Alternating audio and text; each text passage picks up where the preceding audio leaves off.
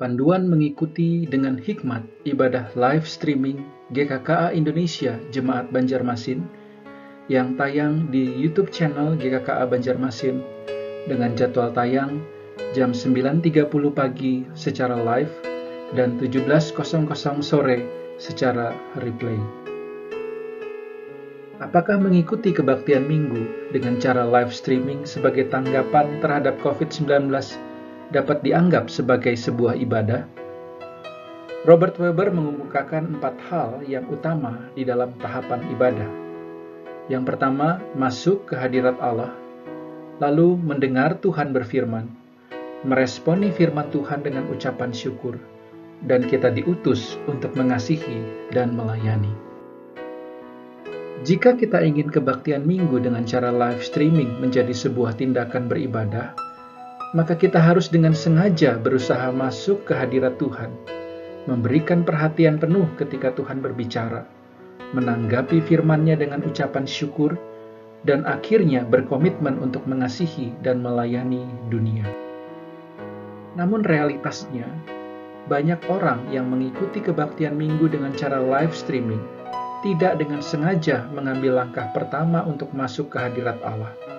Contoh, saat minggu pagi ketika baru saja terbangun dari tidur, masih dengan menggunakan baju tidur, kemudian menyalakan komputer atau gadget, lalu menonton kebaktian minggu sambil mempersiapkan sarapan, dan setelahnya sambil menyantap sarapan tersebut. Jika yang terjadi demikian, maka ibadah kemudian tidak lagi bersifat transenden atau kudus. Ibadah minggu akhirnya hanya menjadi sekedar makanan tambahan untuk sarapan di hari Minggu. Lalu bagaimana kita melakukan ibadah live streaming? Jika bersama dengan keluarga, maka pada hari Minggu itu bangunlah lebih awal untuk sarapan bersama. Bersekutulah di meja makan dan nikmatilah itu sebagai hari di mana bisa bersantai menikmati makan pagi bersama dengan keluarga.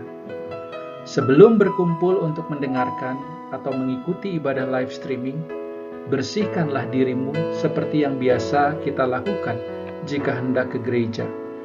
Mungkin kita tidak perlu menggunakan pakaian terbaik seperti yang kita lakukan di hari Minggu biasa, tetapi kita perlu mengganti baju tidur kita. Ketika mendengarkan khotbah, semua orang duduk dengan tenang di ruang yang telah ditentukan bersama. Anak-anak tidak boleh berbaring atau bermain dengan mainan mereka sebagai wujud nyata menghormati kehadiran Tuhan di dalam ibadah. Ketika beribadah, hendaknya ikutilah arahan pemimpin ibadah, seperti waktu berdiri dan duduk. Sebisa mungkin berpartisipasilah dengan aktif. Setelah ibadah selesai, ada waktu yang singkat untuk berdiskusi bersama dengan menggunakan pertanyaan, apa yang telah dipelajari dari ibadah hari ini? Setelahnya, luangkanlah waktu untuk berdoa bersama. Ketika kita melakukan setiap tahapan ini dengan sengaja di rumah kita, maka kita sudah mengikuti 4 tahapan ibadah minggu. Lalu bagaimana jika hanya seorang diri? Maka kita pun harus melakukan persiapan untuk mengikuti ibadah. Selesaikan makan, berpakaian, dan bersiaplah sebelum ibadah dimulai. Ikutilah instruksi pemimpin pujian atau liturgis dan bersikaplah selayaknya mengikuti ibadah tersebut di gereja. Mempersiapkan secara fisik dan mental seolah-olah kita pergi ke gereja. Memastikan bahwa hati, pikiran, dan tubuh kita berada dalam keadaan yang benar untuk menyembah Allah. Selamat mengikuti ibadah live streaming GKKA Indonesia Jemaat Banjarmasin.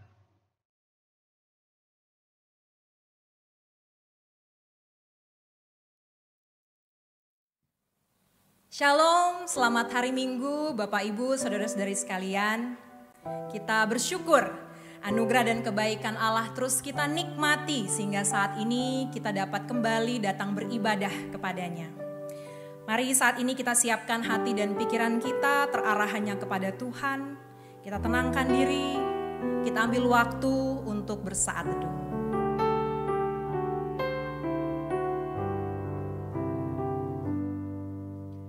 Kemana saja ku telah sedia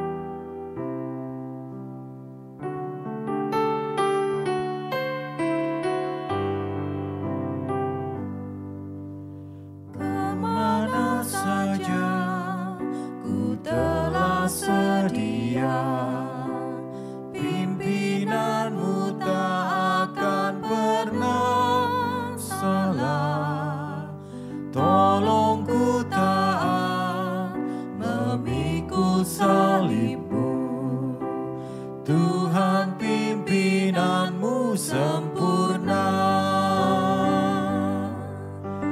Dalam kota besar atau dalam rimba, jiwa sama berharga di matamu. Kemana saja ku telah sedia, ku mau cinta yang dicintamu. Dalam kota besar atau dalam rimba, jiwa sama berharga di matamu. Kemana saja ku telah sedia, ku mau cinta yang dicintamu.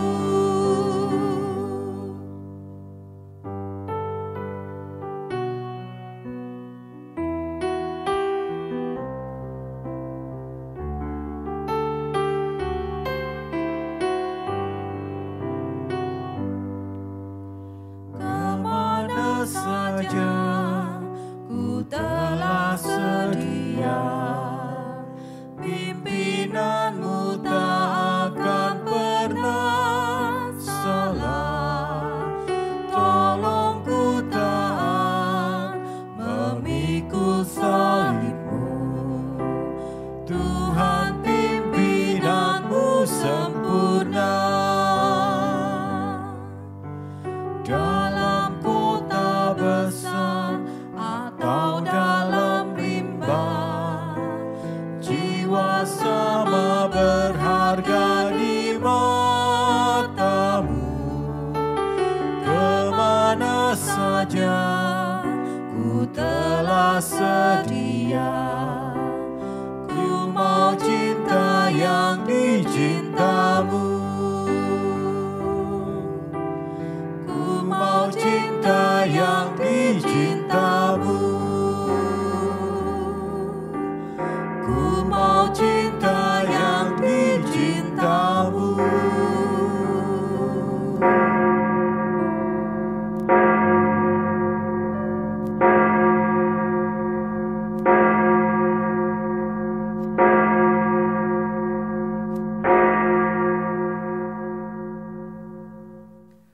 Selamat hari Minggu jemaat Tuhan, bersuka cita oleh karena Tuhan yang senantiasa menjaga dan menyertai kita.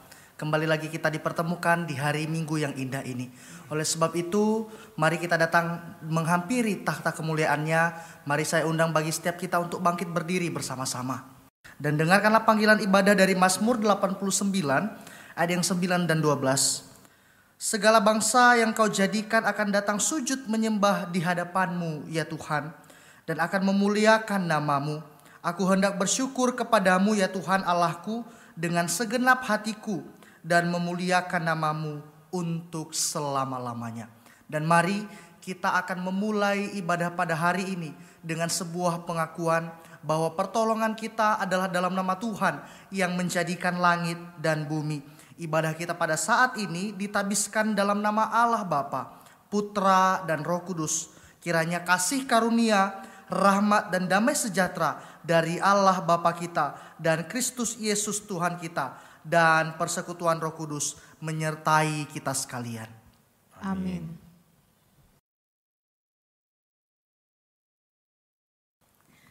Bapak Ibu jemaat yang terkasih, apapun yang menjadi pergumulan kita saat ini, mari terus meyakini kita memiliki Allah yang begitu besar dan berdaulat penuh atas segala sesuatu yang terjadi di dalam hidup kita. Dialah satu-satunya yang selalu dan selama-lamanya layak menerima pujian dan penyembahan kita. Mari dengan penuh syukur kita tinggikan Allah pencipta kita. Mari dengan penuh sukacita kita tinggikan Allah penyelamat kita. Mari dengan sorak-sorai kita tinggikan Allah pemilik hidup kita. Allah ditinggikan dengan sorak-sorai. Allah ditinggikan dengan sorak-sorai. Allah ditinggikan dengan sangkakala. Allah ditinggikan dengan sorak-sorai.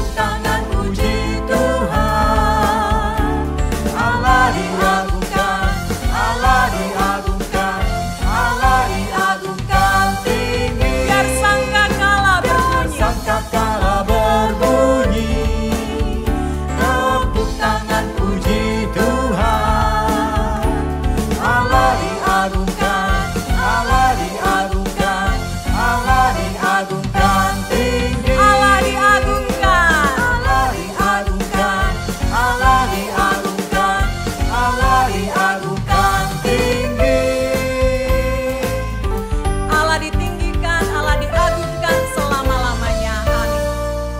Silakan duduk kembali. Mari saat ini kita mempersiapkan hati dan pikiran kita. Setiap kita yang memiliki beban yang berat, setiap kita yang sedang di dalam permasalahan yang mungkin kita tidak bisa menceritakan kepada siapapun. Inilah waktunya kita datang di hadapan Tuhan dan juga kita akan mengakui dosa di hadapannya. Mari kita bersatu di dalam doa. Tuhan Allah Bapa kami, saat ini kami datang Tuhan menghampiri takhta-Mu, menyadari bahwa kemanusiaan kami sungguh sering sekali membuat Engkau ingin marah kepada kami atas segala perbuatan yang terkadang tidak menyenangkan hati-Mu. Baik tutur kata kami, baik di dalam pikiran kami, baik di dalam hati kami, maupun segala perbuatan kami yang sering sekali menyimpang dari ajaran yang Tuhan berikan kepada kami. Tuhan ampunilah kami, Tuhan tiliklah kami, sehingga Engkau mendapat kami menjadi pribadi yang setia di hadapan-Mu. Setiap kami juga yang saat ini Tuhan di dalam permasalahan, di dalam segala harapan yang sedang kami berharap kepada Tuhan, kiranya Tuhan pun menjawabnya. Tuhan, kami tahu Tuhan bahwa di dalam dunia ini hanya Engkaulah pribadi yang sanggup melakukan segala sesuatu, yang sanggup memperhatikan kami, yang sanggup mencukupkan kami, dan yang sanggup melakukan hal yang luar biasa di dalam dunia ini. Sebab Engkaulah pemilik dunia ini. Oleh sebab itu Tuhan, kiranya Engkau berkenan mendengar seluruh seru doa kami. Sebab kami hanya bergantung kepadamu. Ampunilah kami, dan biarlah firman-Mu yang terus memperbaharui kehidupan kami, dan Roh Kudus-Mu yang menyertai kami senantiasa. Demi nama Tuhan Yesus kami berdoa. Amin.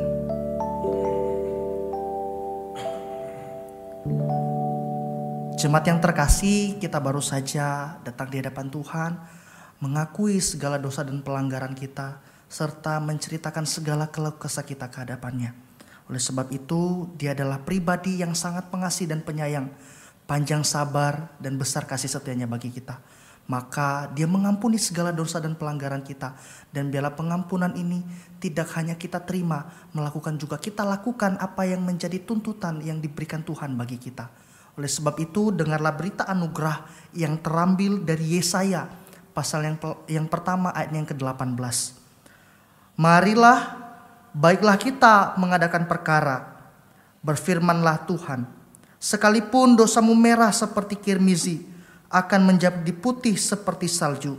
Sekalipun berwarna merah seperti kain kesumba, akan menjadi putih seperti bulu domba.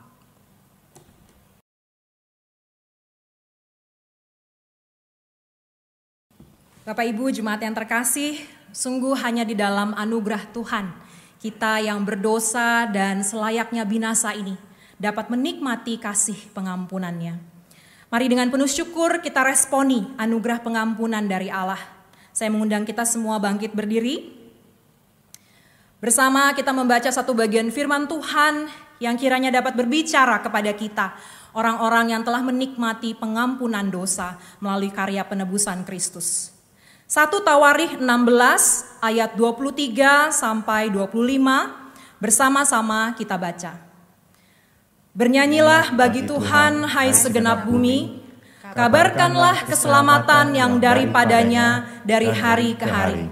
Ceritakanlah kemuliaannya di antara bangsa-bangsa dan perbuatan-perbuatannya yang ajaib di antara segala suku bangsa.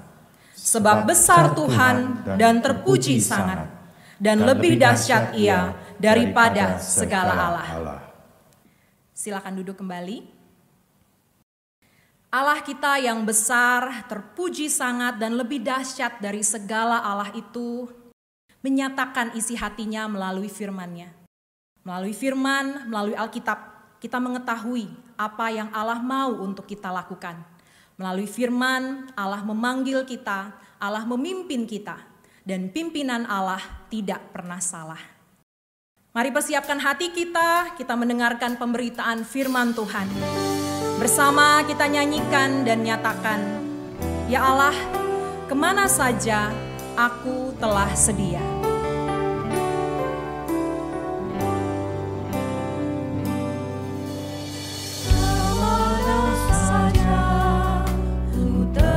Sedia, pimpinanmu tak akan pernah salah. Tolong ku taat, memberiku salibmu. Tuhan, pimpinanmu sempurna. Dalam kota besar atau dalam rimba, jiwa sama berharga di matamu. Kemana saja ku telah sedia, ku mau cinta yang dicintamu. Kiranya Roh Kudus saja yang menolong kita taat, memikul salib kita, meyakini bahwa pimpinannya sempurna. Kemana saja kita telah sedia. Kemana saja ku telah sedia, pimpinanmu tak akan pernah salah. Tolong ku taat, memikul salibmu. Tuhan, pimpinanmu sempurna. Dalam kota besar atau dalam rimba, jiwa sama berharga di matamu. Kemana saja ku telah sedia, ku mau cinta yang dicintamu. Selamat pagi. Tema hari ini adalah mengapa Injil harus diberitakan. Di dalam 1 Korintus pasal yang ke-9 ayat yang ke-16 sampai yang ke-18, Paulus mengatakan, "Karena jika aku memberitakan Injil, aku tidak mempunyai alasan untuk memegahkan diri, sebab itu adalah keharusan bagiku. Celakalah aku jika aku tidak memberitakan Injil. Kalau andai kata aku melakukannya menurut kehendakku sendiri, memang aku berhak menerima upah.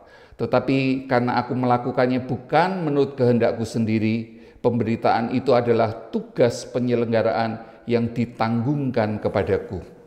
Kalau demikian, apakah upahku? Upahku ialah bahwa aku boleh memberitakan Injil tanpa upah, dan bahwa aku tidak mempergunakan hakku sebagai pemberita Injil." Seberapa penting penginjilan dan mengapa kita harus melakukannya? Paulus seringkali menghadapi mara bahaya, mengalami banyak hambatan, mengalami banyak tantangan, bahkan dia rela mempertaruhkan nyawanya demi Injil Kristus. Tentunya Paulus punya alasan yang sangat kuat mengapa dia harus memberitakan Injil. Bahkan di dalam ayat yang ke-16 dia mengatakan dengan tegas, "Celakalah aku jika aku tidak memberitakan Injil." Hari ini secara singkat saya ingin menyampaikan 3 alasan mengapa kita harus memberitakan Injil. Alasan yang pertama adalah karena ketaatan kita kepada amanat agung. Ketaatan kita kepada amanat agung. Di dalam 1 Korintus pasal yang ke-9 ayat yang ke-17 tadi, di bagian B, Rasul Paulus mengatakan, "Tetapi karena aku melakukannya," maksudnya memberitakan Injil, "bukan menurut kehendakku sendiri."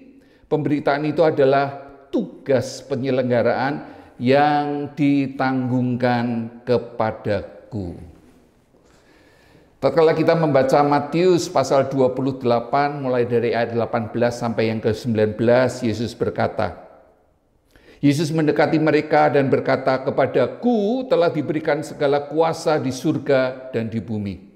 Karena itu, pergilah, jadikanlah semua bangsa muridku, dan baptislah mereka dalam nama Bapa, Anak, dan Roh Kudus." Yesus adalah Allah yang berkuasa di langit dan di bumi. Bahkan Dia punya otoritas atas hidup kita. Kita adalah hamba dan Dia adalah Tuhan. Seorang hamba, dia akan berkenan kepada tuannya kalau dia melakukan apa yang dikehendaki oleh tuannya. Bahkan ibarat seorang prajurit, kita adalah prajurit-prajurit Kristus yang harus taat kepada komandan kita, yaitu Yesus sendiri. Seorang prajurit, tatkala dia menerima perintah dari komandannya, apapun perintahnya, seberapapun beratnya, dia hanya bisa menjawab dengan satu kalimat, siap untuk melaksanakan. Hiro Onoda adalah seorang yang luar biasa. Beberapa waktu yang lalu dia meninggal di usia 90 tahun, dan surat kabar di Jepang memberitakannya dengan luar biasa. Dengan judul Hiro Onoda Never Surrender. Apa yang membuat kisah hidup Hiro Onoda ini menginspirasi banyak orang dan kemudian diangkat menjadi headline news di koran-koran di Jepang? Kisahnya berawal dari tahun 1944. Pada waktu Jepang menduduki Filipina. Dan untuk menguasai beberapa lokasi, beberapa tempat, maka ditempatkanlah beberapa perwira. Dan salah satunya adalah Hiro Onoda. Dia ditempatkan di Pulau Lubang dengan 3 tugas. Jadi dia untuk menjaga tempat itu. Apapun yang terjadi, yang pertama dia tidak boleh menyerah. Dan yang kedua, apapun yang terjadi, dia tidak boleh bunuh diri. Dan yang ketiga, apapun yang terjadi, dia tidak boleh meninggalkan pos sebelum ada pasukan pengganti.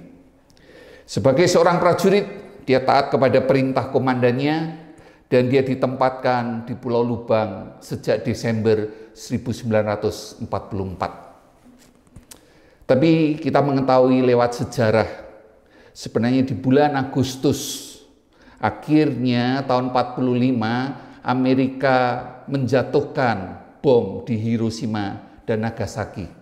Dan singkat ceritanya akhirnya pemerintahan Jepang harus mengaku kalah dan menyerah.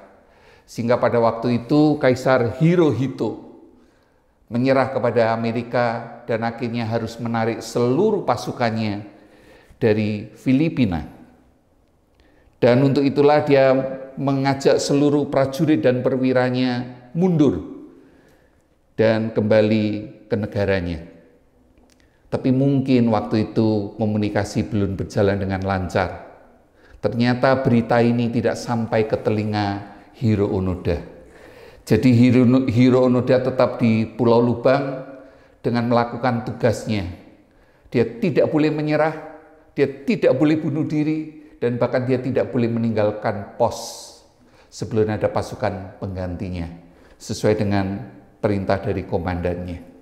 Dan dia lakukan itu bukan hanya 1 tahun, bukan hanya 2 tahun, bukan hanya 5 tahun, bukan hanya 10 tahun.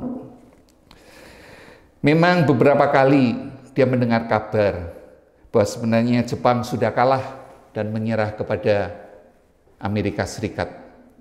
Tapi semua berita itu bagi dia dianggap omong kosong.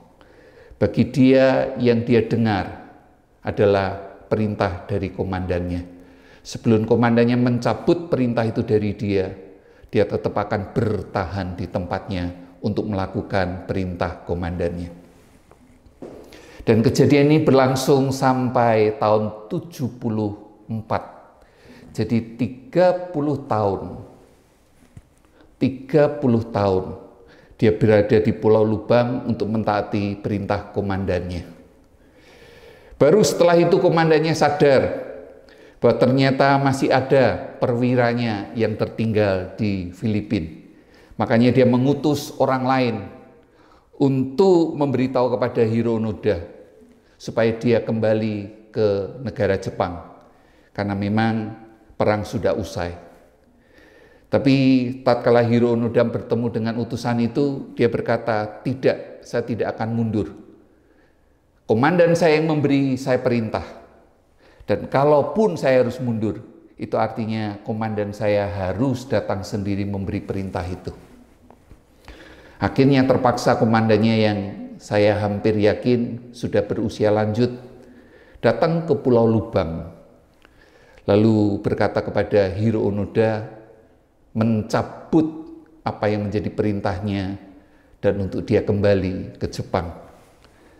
Tanggal 11 Maret tahun 74 secara resmi Hironoda sesuai dengan perintah komandannya, dia menyerahkan kekuasaannya kepada Presiden Filipina waktu itu Ferdinand Marcos, dan dia kembali. Kisah inilah yang menginspirasi banyak orang, ketaatannya kepada komandannya. Dia tidak pernah menyerah, sekalipun dia menghadapi banyak tantangan. Dia tidak pernah menyerah tatkala dia berhadapan dengan perintah komandannya. Dia melakukannya dengan setia selama 30 tahun seorang diri di hutan di Pulau Lubang. Matius pasal 28 merupakan amanat agung, perintah yang agung. Yang memberi perintah adalah Allah sendiri, Yesus sendiri. Yang dia berkata, segala kuasa baik di bumi maupun di surga ada di dalam tanganku. Dia yang punya otoritas atas seluruh bumi dan bahkan seluruh hidup kita. Dia memberi perintah, pergi, jadikanlah semua bangsa muridku. Alasan yang pertama dan yang terutama kenapa kita harus memberitakan Injil, karena kita mau taat kepada perintah Allah. Kita adalah hamba, Dia adalah Tuhan. Kita adalah prajurit, Dia adalah komandan. Jadi biarlah itu yang mendorong setiap kita, ketaatan kita kepada amanat agung untuk memberitakan Injil. Alasan yang kedua, kenapa kita harus memberitakan Injil adalah karena tiada atau tidak ada keselamatan di luar Yesus. Kisah Rasul pasal 4 ayat yang ke-12 dikatakan, dan keselamatan tidak ada di dalam siapapun juga selain di dalam Dia. Sebab di bawah kolong langit ini tidak ada nama lain yang diberikan kepada manusia yang olehnya kita dapat diselamatkan. Hari ini banyak orang mengatakan semua agama sama, bukan? Bukankah ada pepatah mengatakan banyak jalan menuju ke Roma? Semua agama sama baiknya, semua juga menyelamatkan. Tapi justru kita hari ini ditegaskan, di luar Yesus tidak ada keselamatan. Bahkan Yohanes 14 ayat yang ke-6 dikatakan, Yesus berkata, akulah jalan dan kebenaran dan hidup. Tidak ada seorang pun yang datang kepada Bapa kalau tidak melalui aku. Kita harus yakin, kenapa kita harus memberitakan Injil? Karena kita tahu bahwa keselamatan hanya di dalam Yesus. Yesus adalah Allah yang sudah rela menjadi manusia, menyelamatkan kita, menggantikan seluruh hutang dosa kita, mati di atas kayu salib, membayar lunas seluruh hutang dosa kita. Kita adalah manusia yang berdosa, yang tidak mungkin dapat menyelamatkan diri sendiri. Dan kita bersyukur, kita membutuhkan Allah yang rela berkorban. Dan Allah yang berkorban hanya ada di dalam Yesus. Tidak ada di dalam agama manapun yang mengajarkan bahwa Allah mereka adalah Allah yang berkorban. Yesus satu-satunya juru selamat. Yesus bukan salah satu juru selamat. Kalau Yesus hanya salah satu juru selamat, kita tidak harus memberitakan Injil. Karena Injil juga ada di dalam agama-agama yang lain. Tapi justru karena keyakinan kita, di luar Yesus tidak ada keselamatan. Itulah alasan kenapa kita harus memberitakan Injil. Roma pasal 3 ayat yang ke-23 mengatakan, karena semua orang telah berbuat dosa dan telah kehilangan kemuliaan Allah. Tapi ayat yang ke-24 mengatakan, dan oleh kasih karunia telah dibenarkan dengan cuma-cuma karena penebusan dalam Kristus Yesus. Betapa luar biasanya berita ini. Semua manusia berdosa dan semua membutuhkan keselamatan, dan tidak mungkin manusia menyelamatkan diri sendiri. Tapi ada anugerah penebusan dari Kristus Yesus. Itulah sebabnya kita harus memberitakan Injil. Karena di luar Yesus tidak ada keselamatan. Dan kita hanya diselamatkan karena anugerah. John Newton adalah seorang yang luar biasa karena dia mengarang lagu yang terkenal sejak ratusan tahun yang lalu. Lagu berjudul Amazing Grace. Ini adalah kesaksian hidupnya, bagaimana betapa jahatnya dia. Bahkan dia rela demi keuntungan sendiri menjual manusia sebagai budak demi keuntungannya. Tapi suatu ketika pada waktu dia naik kapal mengangkut para budak-budak yang akan dia jual ke Amerika, dia mengalami badai dan hampir tenggelam, dan betul-betul dia putus asa. Tatkala itulah dia diingatkan betapa kotornya dia, betapa jahatnya dia, tapi sekaligus dia diingatkan betapa besar anugerah Tuhan yang mau menyelamatkan dia. Itulah momen yang mengubah hidupnya. Dia mengerti apa itu anugerah. Seorang yang berdosa yang membutuhkan anugerah. Maka kemudian muncullah setelah pertobatannya lagu yang dia karang, Amazing Grace, ajaib benar anugerahmu, yang menyelamatkan aku yang berdosa, aku yang jahat.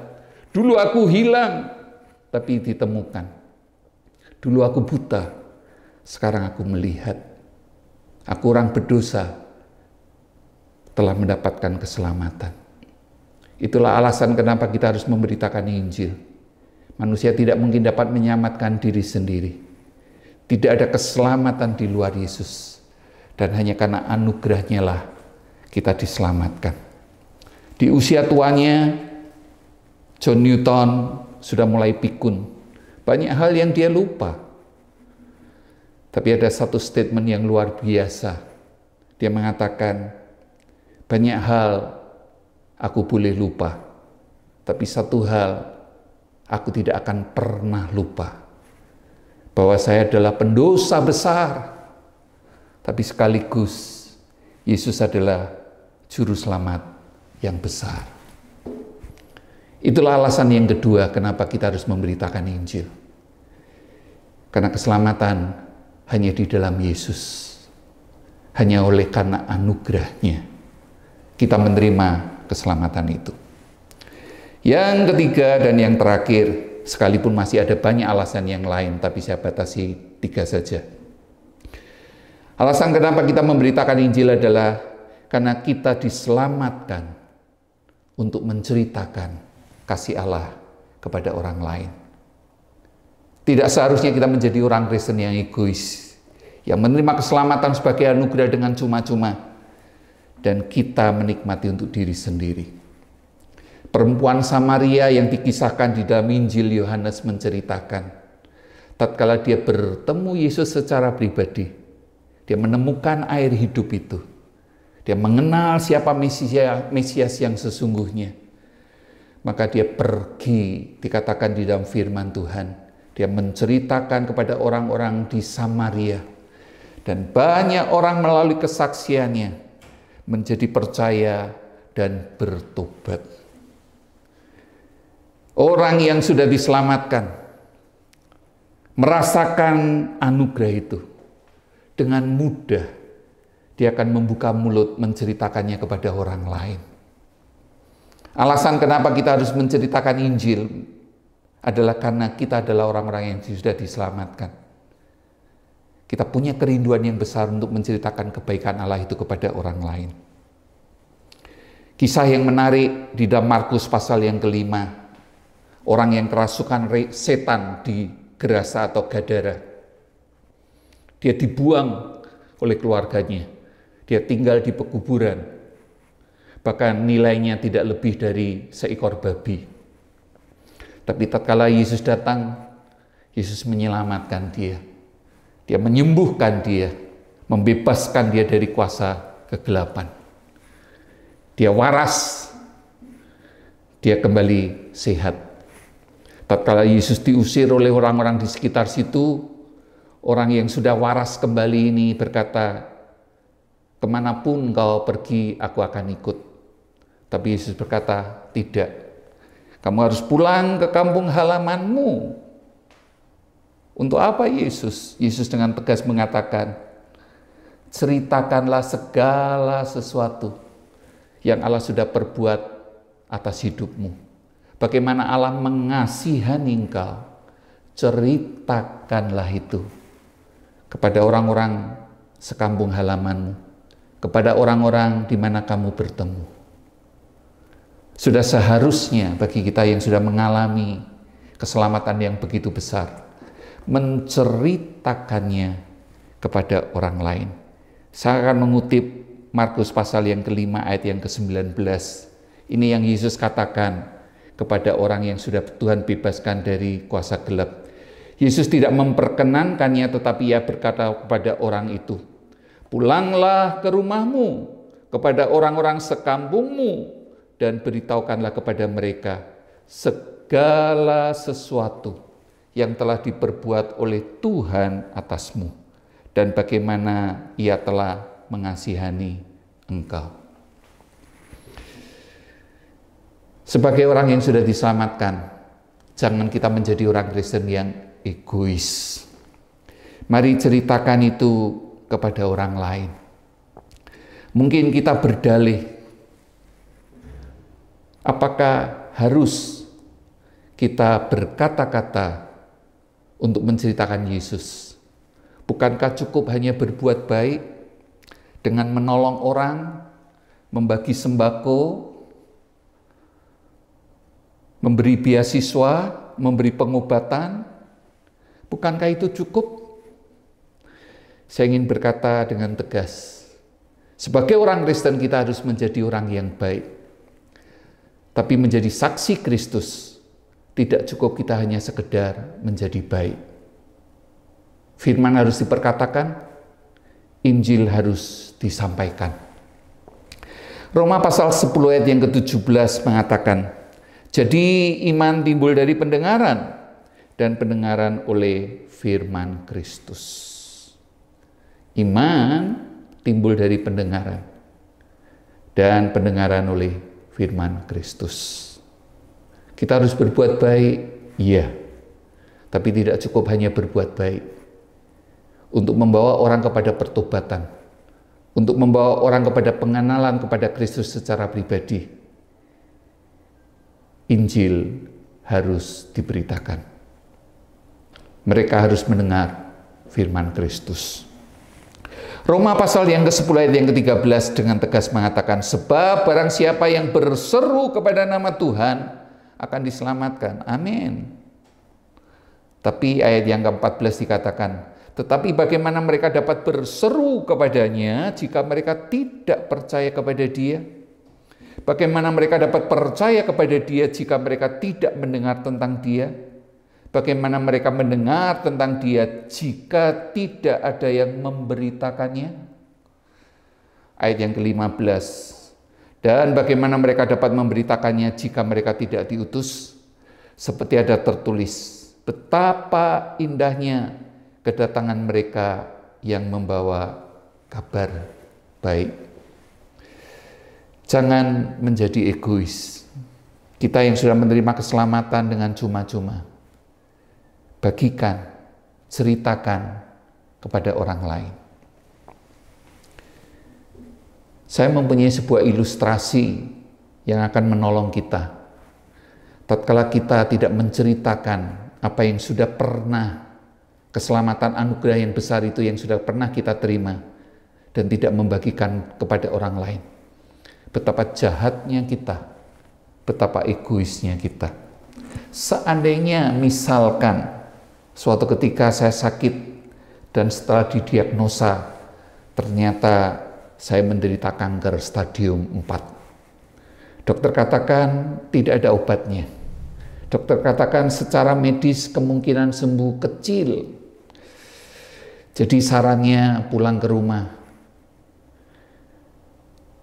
Nikmati hidup dan bahkan sisa hidup yang biasanya tidak lebih dari 3 bulan. Tidak ada harapan, no hope. Dan saya pulang. Kemungkinan hidup hanya tinggal 3 bulan. Secara medis hampir tidak mungkin sembuh. Tapi tiba-tiba ada seorang teman yang baik, sahabat, datang menanyakan, Pak Lukas sakit apa? Saya katakan saya sakit kanker stadium 4 dan dokter tidak bisa memberikan pengobatan. Dia katakan jangan takut, saya punya obatnya. Saya katakan mana mungkin, dokter saja sudah angkat tangan. Kalaupun ada obatnya pasti harganya sangat mahal dan mungkin saya tidak bisa membayarnya. Sahabat saya katakan, sudah jangan khawatir mengenai harganya. Asal kamu sembuh, saya sudah senang.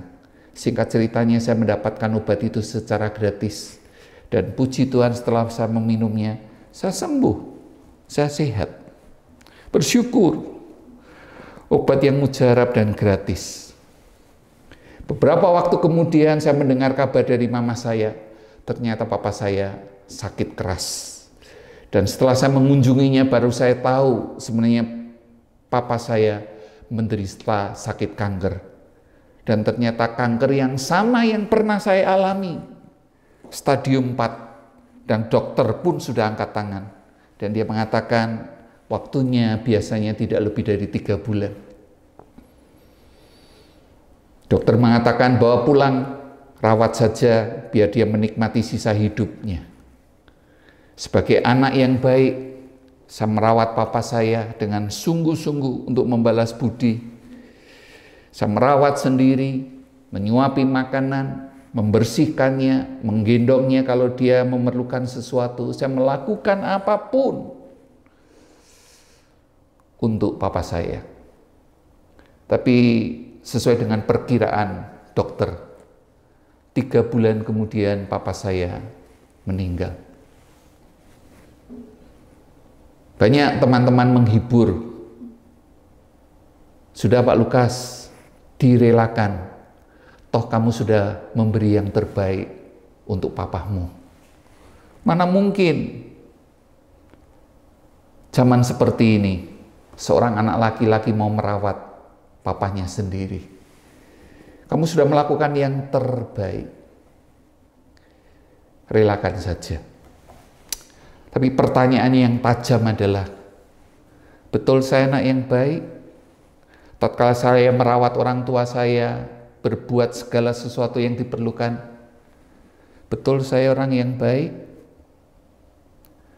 Atau Bapak Ibu sekalian akan berkata, saya sama sekali bukan anak yang baik, bahkan saya anak yang sangat jahat. Kenapa? Memang saya melakukan segala yang baik untuk papa saya, tapi sebenarnya saya tidak pernah bercerita. Saya tutup mulut bahwa saya pernah mengalami hal yang sama dan saya mendapatkan obatnya, dan obatnya gratis, tapi saya tidak pernah menceritakan kepada papa saya. Bukankah saya orang yang sangat jahat tatkala saya tutup mulut? Bukankah ini yang kita alami? Sebagai orang-orang yang berdosa, sebenarnya kita adalah orang-orang yang harusnya sudah divonis mati. Tidak ada obatnya, tidak ada kemungkinan untuk sembuh. Kita harus binasa. Tapi kita bersyukur, Yesus sahabat kita yang sejati rela mati di atas kayu salib, membayar lunas hutang dosa kita, memberikan obatnya dengan gratis cuma-cuma sebagai anugerah. Kita diselamatkan, kita dihidupkan kembali, kita bebas dari kematian. Tapi bukankah di luar sana bisa saja mereka adalah keluarga kita, ayah kita, ibu kita, teman kita, famili kita, saudara kita mengalami hal yang sama, sakit yang sama, dosa yang menjerat, dan tidak ada kemungkinan untuk sembuh. Kita mungkin boleh berbuat baik kepada mereka, membagi sembako, memberi beasiswa, memberi pengobatan gratis. Tapi tatkala kita adalah orang-orang Kristen yang tutup mulut, tidak menceritakan anugerah Tuhan yang sudah kita terima dengan cuma-cuma, bukankah sebenarnya kita adalah orang-orang Kristen yang egois, orang-orang Kristen yang jahat, orang-orang Kristen yang tidak tahu berterima kasih, orang-orang Kristen yang tidak mengerti apa itu anugerah? Jangan tutup mulut. Di luar sana banyak orang yang membutuhkan kasih Kristus. Apa yang sudah kita terima cuma-cuma dengan cuma-cuma, bagikan juga dengan cuma-cuma. Yesus sudah memberikan yang terbaik untuk kita. Mati di atas kayu salib. Kita diselamatkan untuk menceritakan segala sesuatu yang Dia sudah berbuat atas hidup kita. Bagaimana Dia mengasihani kita. Ceritakanlah itu kepada orang lain.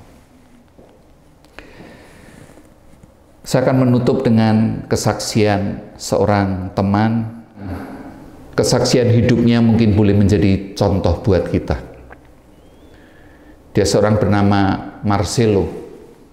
Masa lalunya gelap. Dia berbuat banyak kejahatan. Dia berbuat banyak dosa. Bahkan tubuhnya dipenuhi dengan tato. Tapi suatu ketika Tuhan izinkan dia boleh bertobat. Hidupnya berubah. Suatu ketika Marcelo belajar penginjilan.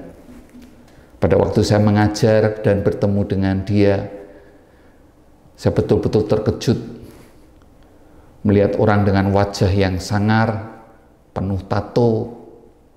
Saya katakan kepada dia, kenapa kamu bertato sekujur tubuh? Dia katakan, saya punya masa lalu yang gelap, tapi saya bersyukur Tuhan mengubahkan hidup saya. Masa lalu saya gelap, tapi hari ini hati saya sudah menjadi putih karena Yesus mengubah hidup saya. Singkat ceritanya, dia belajar penginjilan. Dan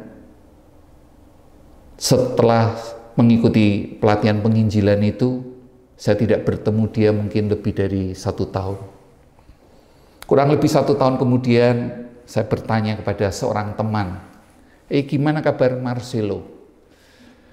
Lalu teman itu berkata, puji Tuhan, Marcelo betul-betul berubah. Dan dia boleh menjadi kesaksian bagi banyak orang. Bahkan di lingkungan di mana dia hidup, di lingkungan di mana dia ada, hampir kepada setiap orang, dia menceritakan kasih Kristus kepada mereka. Dan tidak sedikit orang-orang yang boleh menjadi percaya. Saya bersyukur untuk Marcelo. Masa lalu yang gelap, Tuhan ubahkan. Tuhan pulihkan dia. Dan bahkan Tuhan jadikan dia menjadi saksi yang luar biasa. Bukan berarti karena Marcelo hebat, tapi karena dia mengerti apa itu anugerah. Dan dia mau membagikannya itu kepada orang lain. Dia diselamatkan untuk menceritakan kebaikan itu kepada orang lain. Mungkin hidup kita, masa lalu kita tidak sejahat, tidak segelap Marcelo. Tapi tetap kita adalah orang yang berdosa yang membutuhkan Tuhan. Tatkala Tuhan sudah menyelamatkan kita, maukah kita pakai hidup kita untuk memuliakan nama Tuhan? Tatkala Tuhan menyelamatkan kita, Tuhan punya tujuan, Tuhan punya maksud, Tuhan punya rencana, supaya keselamatan yang sudah kita terima, kita boleh ceritakan, kita boleh bagikan kepada orang lain.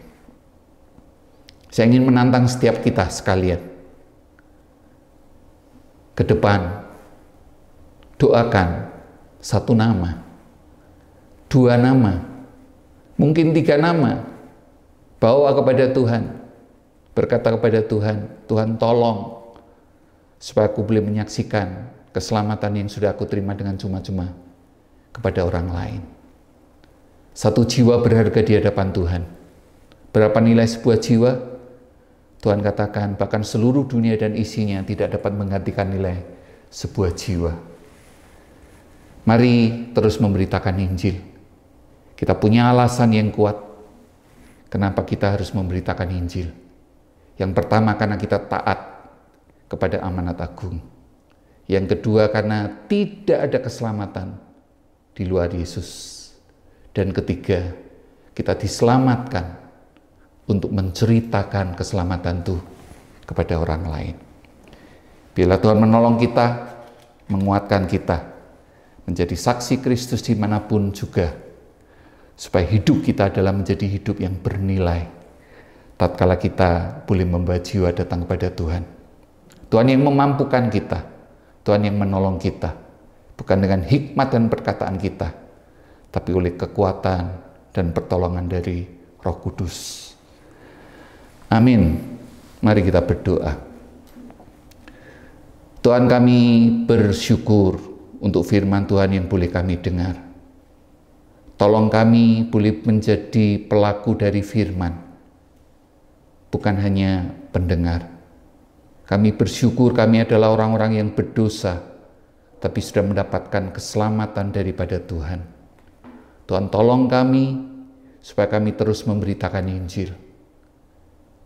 Meskipun banyak tantangan, tapi biarlah Tuhan yang menguatkan kami, yang menolong kami. Tuhan berikan kami kerinduan untuk membawa orang lain kepada Kristus. Mungkin itu orang tua kami, saudara kami, sanak famili, rekan kerja, dimanapun Tuhan tempatkan kami. Bila kami boleh menjadi saksi Kristus yang menjadi berkat bagi orang lain. Tatkala banyak jiwa dimenangkan, nama Tuhan dipermuliakan. Pakai setiap kami, berkati setiap kami. Kami berdoa, bersyukur hanya dalam nama Kristus Yesus. Amin. Tuhan memberkati. Kiranya hidup kita adalah hidup yang tak henti-hentinya menceritakan dan mengabarkan akan karya Kristus yang begitu besar dalam hidup kita. Bapak Ibu jemaat yang terkasih, saya mengundang kita semua bangkit berdiri. Bersama dengan umat Tuhan dari segala abad dan tempat, mari dengan sepenuh hati kita mengucapkan pengakuan iman rasuli. Aku percaya kepada Allah, Bapa yang Maha Kuasa, Halik langit dan bumi, dan kepada Yesus Kristus, anaknya yang tunggal Tuhan kita, yang dikandung daripada Roh Kudus, lahir dari anak darah Maria, yang menderita sengsara di bawah pemerintahan Pontius Pilatus, disalibkan, mati dan dikuburkan, turun ke dalam kerajaan maut. Pada hari yang ketiga, bangkit pula dari antara orang mati, naik ke surga, duduk di sebelah kanan Allah, Bapa yang Maha Kuasa. Dan dari sana Ia akan datang untuk menghakimi orang yang hidup dan yang mati. Aku percaya kepada Roh Kudus, Gereja yang kudus dan am, persekutuan orang kudus, pengampunan dosa, kebangkitan orang mati, dan hidup yang kekal. Amin. Silakan duduk kembali. Mari kepada Tuhan Sang Sumber berkat itu kita datang memberikan persembahan kita. Bapak Ibu yang hari ini beribadah di rumah dapat memberikan persembahan Bapak Ibu melalui transfer ke rekening Bank GKKA Banjarmasin. Informasi nomor rekening GKKA Banjarmasin tertera di layar monitor Bapak Ibu dan juga tercantum dalam warta jemaat kita setiap minggunya. Bapak Ibu juga bisa memberikan persembahan melalui beberapa pilihan aplikasi online dengan cara memindai kode QR yang tertera di layar dan juga tercantum di warta jemaat. 2 Korintus 9 ayat 7 mengatakan, hendaklah masing-masing memberikan menurut kerelaan hatinya, jangan dengan sedih hati atau karena paksaan, sebab Allah mengasihi orang yang memberi dengan sukacita. Mari dengan sukacita kita datang kepada Tuhan membawa persembahan kita, membawa hidup kita mau bersinar bagi Tuhan.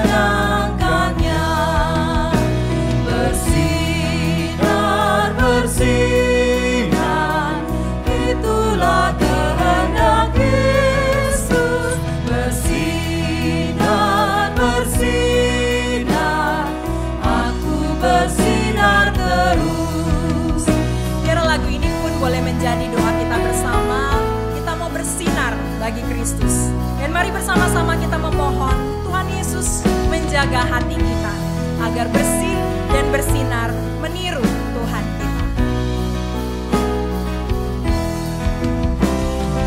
Ku mohon Yesus menolong menjaga hatiku agar bersih dan bersinar meniru Tuhanku. Bersinar, bersinar, itulah kehendak Yesus. Bersinar, bersinar, aku bersinar terus.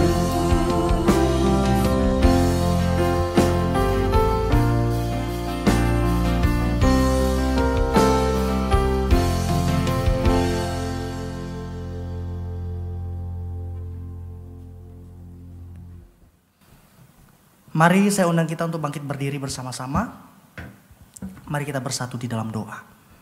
Tuhan, terima kasih untuk kasih setiamu dan berkat-Mu yang selalu melimpah di dalam kehidupan kami. Saat ini kami telah membawa persembahan-Mu.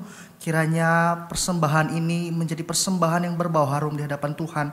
Dan kiranya Engkau memberkati para diaken dan para majelis yang telah dipercayakan, diberikan kuasa untuk mengatur persembahan ini, sehingga dapat dipergunakan untuk kemuliaan nama Tuhan, khususnya di dalam mendukung pelayanan di gereja kami.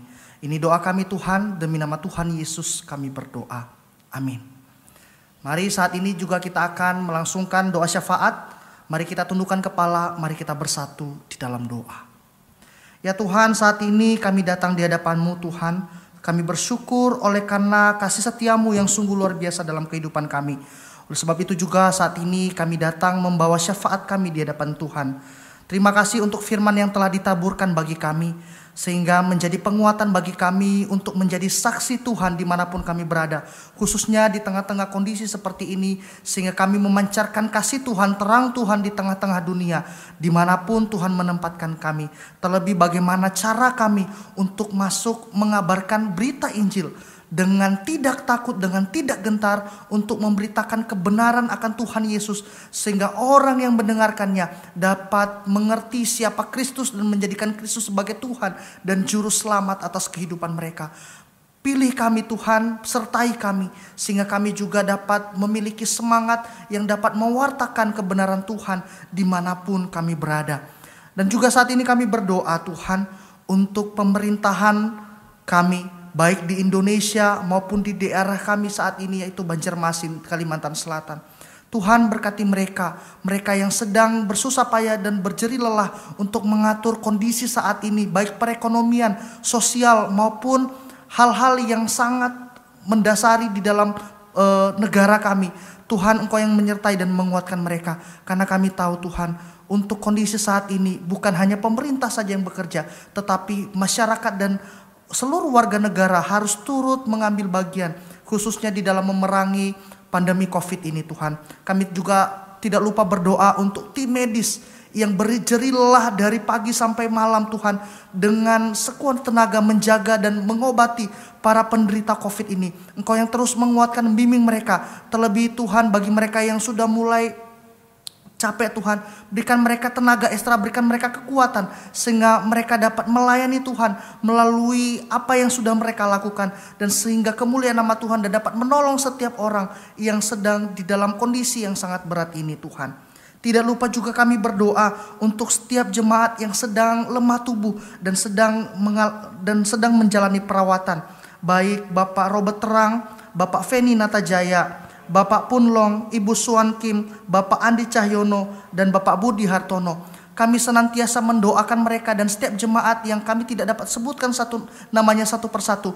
Engkau yang menjaga mereka, Engkau yang memulihkan kondisi mereka, Engkau yang memberkati baik makanan maupun obat-obatan yang mereka konsumsi, sehingga menjadi saluran berkat di dalam pemulihan kondisi mereka.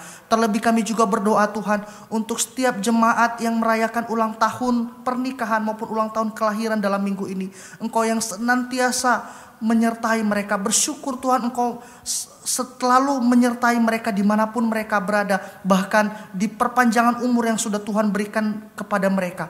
Terima kasih untuk semua yang Tuhan nyatakan, dan kami berdoa Tuhan, biarlah kehidupan yang Tuhan berikan bagi kami dapat menyelesaikannya dengan apa yang sudah Tuhan ajarkan dan pimpin kami.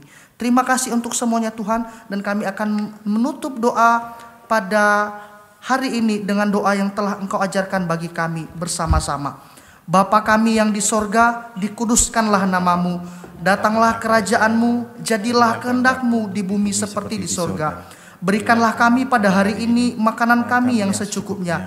Dan ampunilah kami akan kesalahan kami, seperti kami juga mengampuni orang yang bersalah kepada kami. Dan janganlah membawa kami ke dalam pencobaan, tetapi lepaskanlah kami daripada yang jahat. Karena Engkaulah yang punya kerajaan dan kuasa dan kemuliaan sampai selama-lamanya. Amin. Ya jemaat yang terkasih, kita akan diutus ke dalam dunia dan menjadi saksinya dimanapun kita berada. Oleh sebab itu, arahkanlah hatimu kepada Tuhan, pergilah ke dalam dunia dengan damai, milikilah keberanian, pertahankanlah apa yang baik, jangan lakukan yang jahat. Hiburlah mereka yang tawar hati, kuatkanlah yang lemah, bantulah yang menderita. Hormati semua orang, kasihi dan layanilah Tuhan. Bersukacitalah dalam kuasa Roh Kudus. Amin. Bapak Ibu jemaat yang terkasih, di penghujung ibadah kita hari ini, mari kita terus mengingat bahwa pujian, penyembahan, hormat, dan segala kemuliaan hanya bagi Tuhan.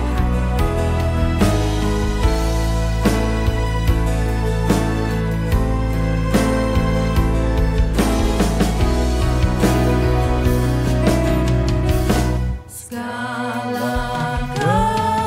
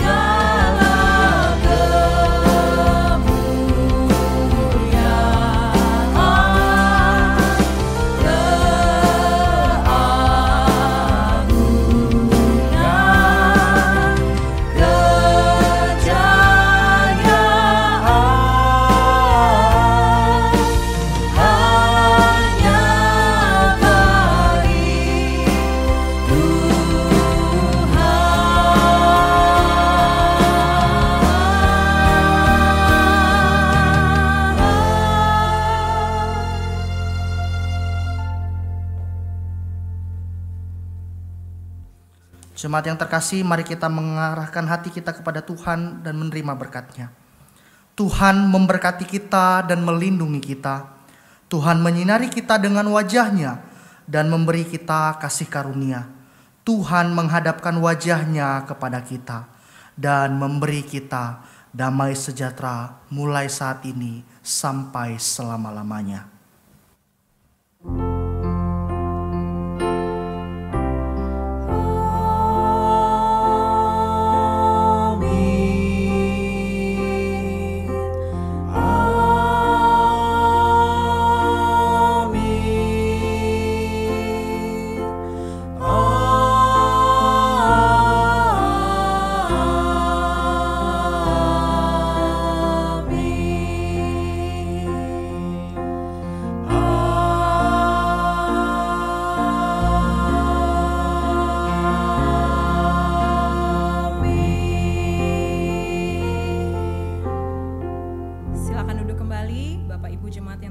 Ibadah kita telah selesai.